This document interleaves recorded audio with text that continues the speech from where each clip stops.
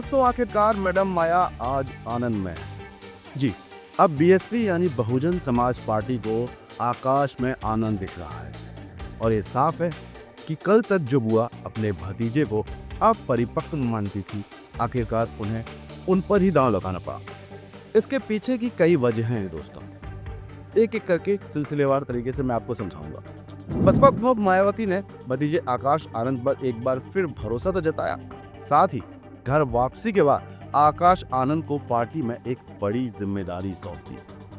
जी दोस्तों, BSP chief Mayawati ने दिल्ली में हुई पार्टी की बैठक में आकाश आनंद को एक बार फिर बड़ी जिम्मेदारी देते हुए उन्हें पार्टी का नेशनल चीफ कोऑर्डिनेटर बनाया है। लेकिन अब कई सवाल हैं जो सियासी तराजू में तौले जा रहे हैं। सवाल ये कि क्या आकाश आनंद की बसपा में वापसी के साथ यूपी से बिहार तक राजनीतिक गलियारों में हकम मच जाएगा। यही चर्चा है कि भतीजा इस बार अपनी बुआ की कसौटी पर खरा उतरेगा या नहीं, उसकी अग्नि परीक्षा है। क्योंकि आकाश का संघर्ष मायावती से बड़ा कभी हो ही नहीं सकता। उन्हें भी सियासत विरासत में ही मिली है। वो उन लोगों में से हैं जिन्हें सियासत विरासत में मिली है। वही हाशिए पर पड़ी बीएसपी का भविष्य क्या होगा, क्योंकि सभी जानते हैं कि पिछले लोकसभा चुनाव में अपना खाता तक नहीं खोल पाई थी। पूरे देश में एक लोकसभा सीट पर भी जनता का समर्थन बीएसपी को नहीं मिला था।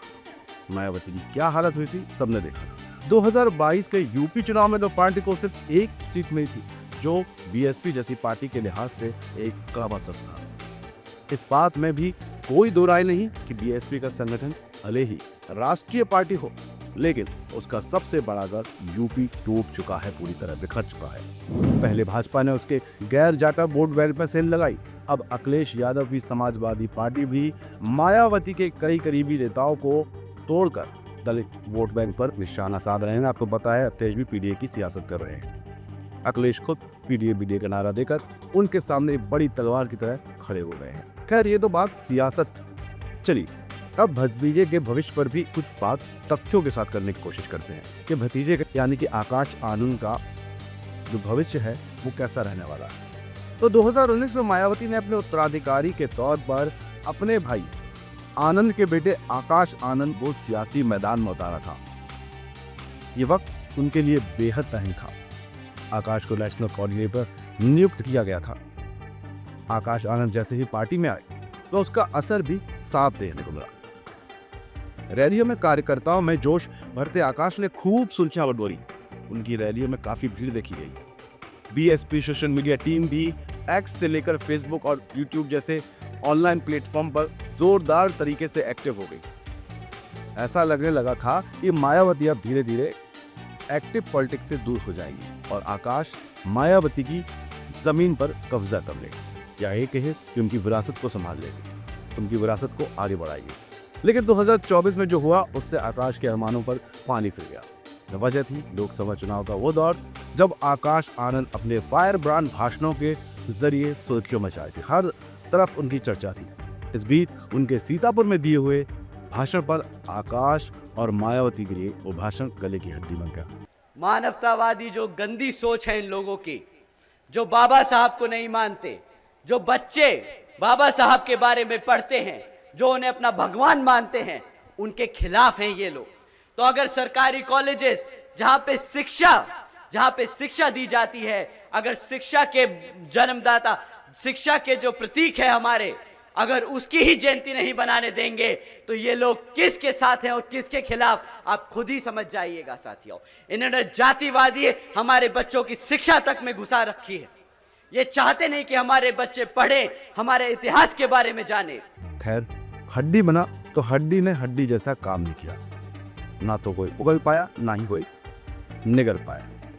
और अचानक ही मायावती का फरमान आ गया। आया क्या? आकाश में उन्हें एक अरिपक्व आदमी दिखने लगा। इस लोकसभा चुनाव में बसपा का फिर से 2014 वाला ही प्रदर्शन हुआ।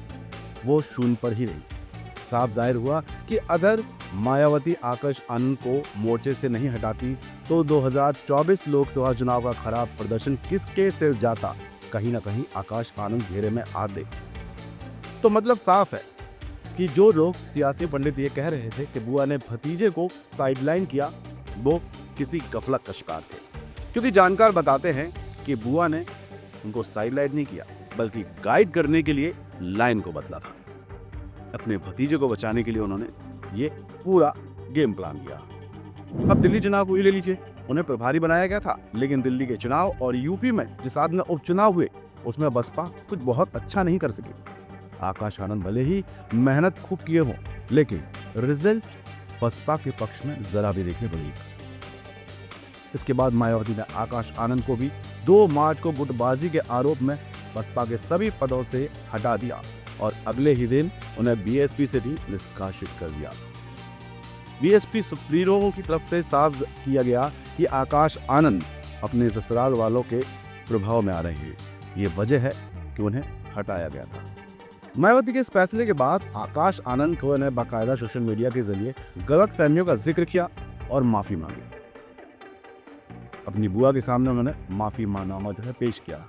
साल भर सियासी भूचाल झेलने वाले आकाश आनंद अब पूरे प्रदेश की नजरें आकाश पर ही गड़ी हुई हैं। सियासी पंडित तो ये भी कहते हैं कि जिस तरह मायावती ने साफ कर दिया कि उनके रहते उनकी पार्टी की कमान वो किसी को सौंपने नहीं जा रही है, इससे ये तो साफ है कि मायावती को विश्वास में लेकर ही कोई उनकी गद्दी पर बैठ सकता है और आकाश आनंद अपनी सियासी पारी ऐसे ही आगे बढ़ा सकते हैं। जाहिर है एक तरफ आकाश आनंद को मायावती कसौटी पर खरा उतरना है, तो वहीं दूसरी तरफ बसपा को दोबारा खड़ा करने की एक बड़ी चुनौती आकाश के सामने है। बदले हुए इस दौर में राजनीति हाईटेक रूप ले चुकी है। मायावती जनता से ऑनलाइन संवाद कर रही है, लेकिन बड़ा सवाल यही है, क्या आकाश आनंद को इस मैदान में इस बार खुलकर खेलने का मौका मिल पाएगा? क्या सुप्रीमो से छूट उन्हें ये मिलेगी? इसका फैसला भी इस साल होने वाले बिहार चुनाव में हो जाएगा, क्योंकि बिहार की राजनीति पर गौर करें तो यहाँ मोची, चमार या रविदास जाति से आने वाले वोटरों का झुकाव बीएसपी के प्रति माना जाता रहा है। हालांकि इस जाति के लोग एकमुश्त होकर कभी भी किसी बीएसपी जैसी पार्टी को वोट नहीं करते, लेकिन फिर भी आंकड़े कुछ और ही बताते हैं। इस जाति के 5.26% वोटर हैं, जिनकी संख्या 68,69,000 है। बिहार की राजनीति में बीएसपी हमेशा से वोट कटवा के रोल में रही है, मतलब वोट काटे। बीएसपी के सपोर्टर बिहार की अलग अलग सीटों पर बिखरे हुए देखे जाते हैं। यही वजह है कि इनकी पार्टी के प्रत्याशियों को बिहार में मुश्किल से ही जीत मिलती है। इस बार भी बिहार में बीएसपी की राह आसान नहीं होने वाली है। अब देखने वाली बात, सबसे बड़ी बात यह है कि सियासी आसमान में आकाश कितने रंग जमाएंगे, कितने रंग बिखेरेंगे, या फिर मायावी उम्मीदों का आकाश एक बार फिर से फ्लॉप साबित होगा। ये वक्त तय करें। तब तक आप बने रहिए हमारे साथ, और अगर आपने हमको सब्सक्राइब नहीं किया है तो तुरंत कर लें, क्योंकि तकदीर को मैंने ऊपर वाले के हवाले कर दिया है। मेरी कोशिश बस इतनी है कि सूरत बदलनी चाहिए, ये तस्वीर बदलनी चाहिए। जय हिंद, जय भारत। श्री राधे।